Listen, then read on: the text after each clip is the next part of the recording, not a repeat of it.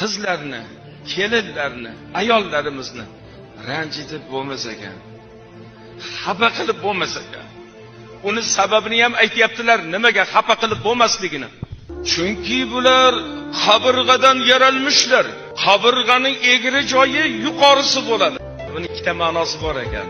Birinchi ma'nosi, birodarlar, ayollardagi kamchiliklar, xatolar, yetishmovchiliklar, har xil gaplar Havo onamizdan meros ekan.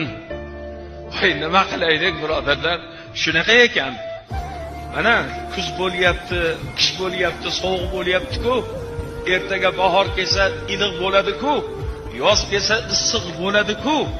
Olovga qo'limizni tutsak kuydiryapti-ku.